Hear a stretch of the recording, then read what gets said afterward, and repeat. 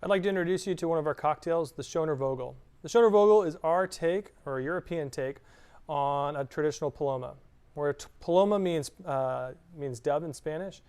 Our cocktail is aptly named Schoner Vogel, which means pretty bird in German.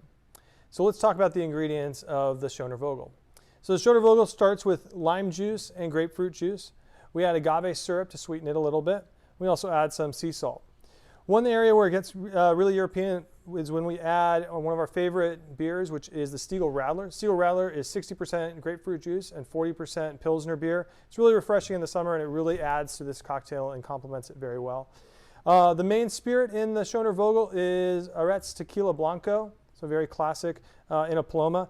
And then the last spirit that we're going to add as a float is called Pure's Amaro. So Amaro is an herbal digestif from Italy. It actually means bitter. It's very classic in Negronis. Adds some character and complexity to our cocktail.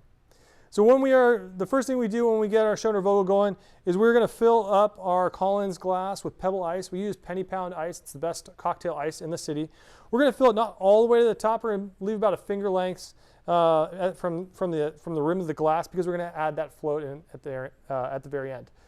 Then we're going to take our pre-measured carafe. So all of our carafes have a symbol underneath to tell you which cocktail it aligns with, as well as lines on the carafe, so we know where to pour that draft cocktail off of. So all this stuff is mixed together. We're going to pour it off the draft to this guy, and then we're going to pour that over our cocktail ice. And again, you'll see there's a little bit of room at the top.